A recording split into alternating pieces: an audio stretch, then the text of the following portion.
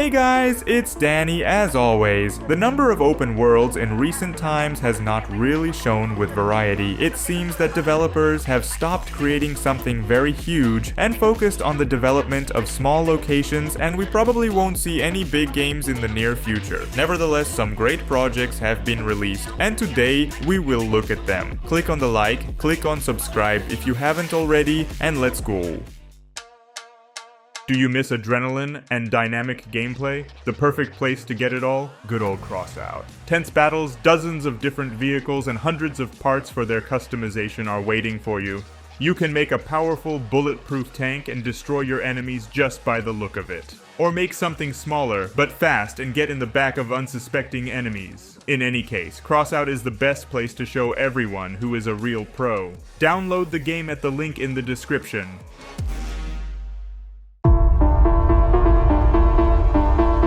How about becoming a mage? Immortals of Aveum came out the other day. There you'll learn the story of Jack, a kid who joins an elite order of battle mages and who naturally tries to save the local world. Taking into account the fact that the game is from one person, we will cast spells in a completely new way, especially because there are 25 different upgradable spells and 80 different skills, which in one way or another also improve your abilities. In general, there are 3 magic powers, the main ones, but combinations of spells are interesting. The only disadvantage, and at the same time a plus, is that the game was made on Unreal Engine 5. On the one hand, it means that the game looks great, and it is, but on the other hand, the optimization of such games is still limp. Some potential supercomputer NASA will certainly appreciate the possibilities of the game, but the average player will have to be not sweet. Although otherwise the game is pleasant, the story is pleasant, the pumping is not overloaded, and everything that is really used. All in all, it's good.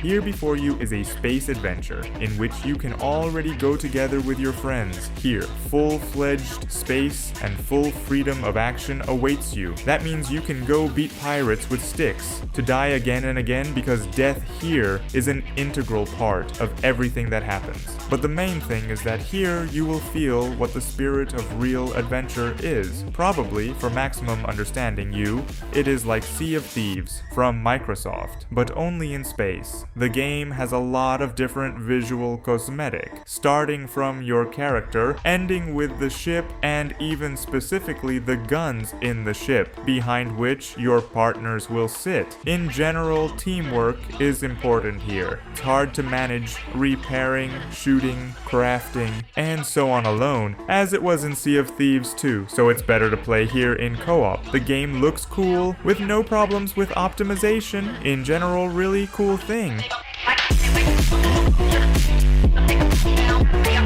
What about flying through all eras of mankind? Well, in this game, you can do that. The game is built on a linear technology tree, with the ability to move between eras and perform various tasks, such as battling dinosaurs, taming animals, building bases, besieging castles, automating, and flying above the ground. The game also features the ability to mine underground resources, fly to the moon, and create a Dyson sphere. Though the world here is open world, and plus flies through different eras, but it's by no means a sandbox as it may seem at first glance. The game itself is more linear, and in general, it was created by one person. Accordingly, it is also designed for single playthrough. The game itself will try to surprise you, and it does not stop doing it throughout the entire passage so that it was not boring and you did not look for yourself busy. However, there are survival mechanics here too. This and crafting with the energy of the character and collecting items of different and base to build up can also be, but not that very thoroughly. And why do you need it if you move quickly between eras? In general, it looks interesting.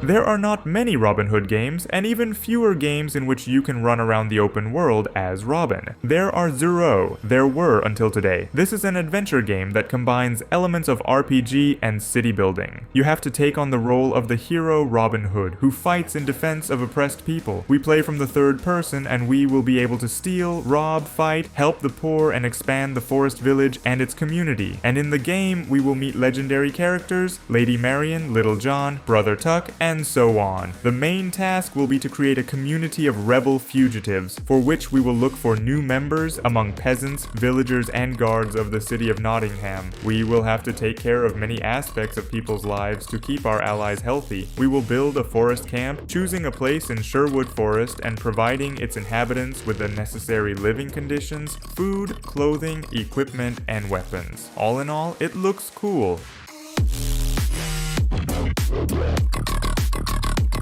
If you follow generally all the videos on the channel, you know about this game, but considering that it's not bad and with an open world, fits perfectly into this selection. This is a post-apocalyptic survival and exploration game set in a world covered in water. We have to explore flooded cities, collect resources and technologies, build a base and water vehicles, trade, fight, and survive. And what's cool, we can build a base anywhere, on the water, on an abandoned ship, or on an island. The base is needed for upgrading, creating items, farming, storing things, and defense. And defense will be necessary, for raids by locals are the norm here. You can build walls, traps, surveillance system, even artillery. In general, a full set of a real survivor.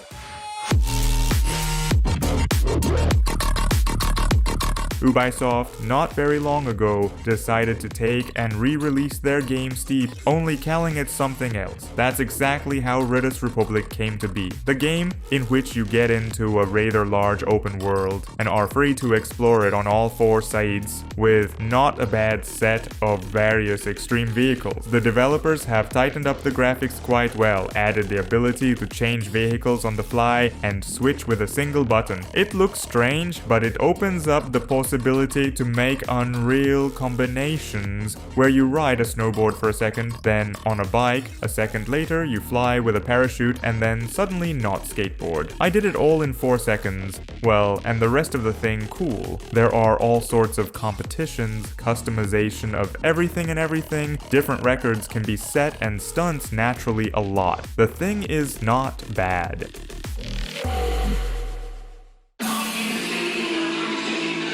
And here, even a little bit ashamed because before you is Starfield, but to call the game frankly bad naturally will not turn the tongue.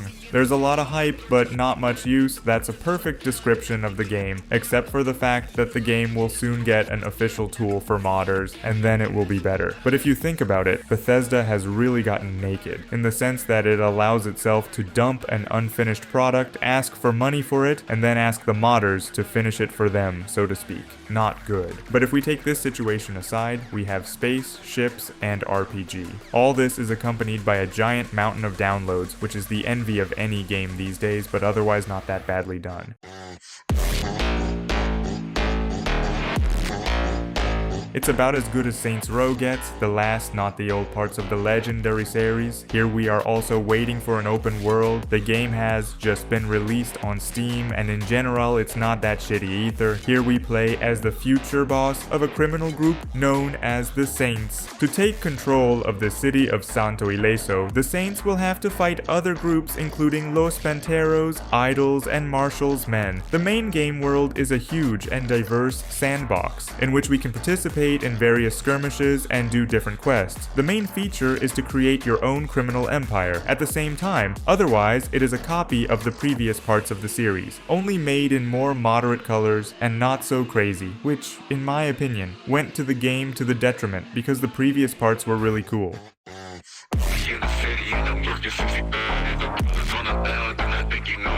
Wayfinder came out of the negative reviews, and it's good because the biggest problem of the game was that the servers didn't work well there. Well, and the optimization is average, but otherwise the game is fine. It's cool. According to the story, the world of Evenor is destroyed, and we will use the power of Pathfinder to rebuild it. Together with other players, we will go on various adventures. All adventures have unique modifiers and challenges that we can control and customize the characteristics of beasts, enemies, and resources. Well, in terms of difficulty level, as you can understand, we play as our Pathfinder, mastering unique abilities, magic and melee. Naturally, with pumping and passing new adventures, you will unlock a lot of resources to craft ever newer and more powerful items. In addition, the game also supports social interactions, allowing players to participate in world events, form a team for expeditions, and so on.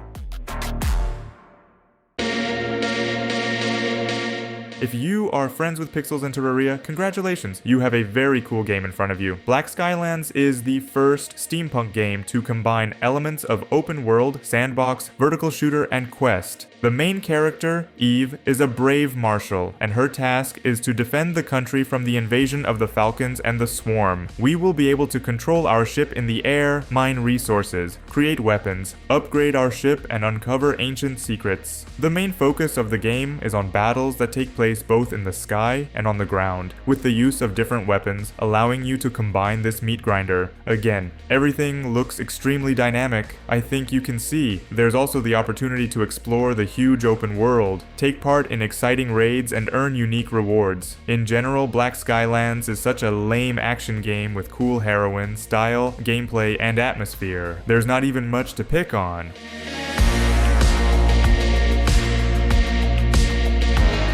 One Piece is probably the only anime, well, and manga too, that hasn't dropped the bar in decades. It's probably the author's merit, but in terms of game development. Here, surprisingly, everything is fine too. Before You is a relatively new role-playing game developed based on the popular One Piece, and it, in addition, became part of the celebration of the 25th anniversary of the series. In the game, we can travel with the protagonist Luffy and his team to the New World to explore new islands.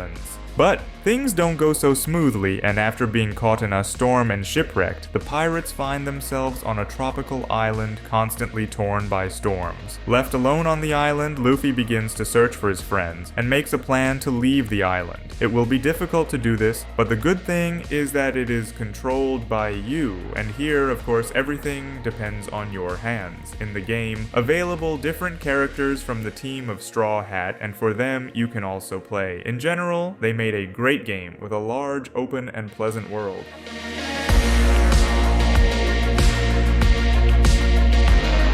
Many of you really just missed the release of a wonderful adventure where we play as a young Baba Yaga. The story of Blakctail is about the origins of Baba Yaga, and relies heavily on our choices. The main character, Yaga, has been banished from her home village after being accused of witchcraft. She has to catch evil spirits that come to life in the form of memories to reveal her past. An important aspect of the game is the morality system, which affects the heroine's skills. This is cool, by the way, but to defeat spirits and forest monsters, Yaga needs to use her bow and magic glove. Plus, in the game, added the creation of items, the ability to make arrows, brew potions, hunt wild animals, and so on. Also, in the world of the game, hidden treasures that contain information about the inhabitants of the world and different recipes. They will allow you to develop even more rapidly and dilute the adventure. Just great, like most of the games in today's video, so I hope you found something interesting for yourself today and clicked on the like and subscribe. Well, with you was as always Deni, and all the best.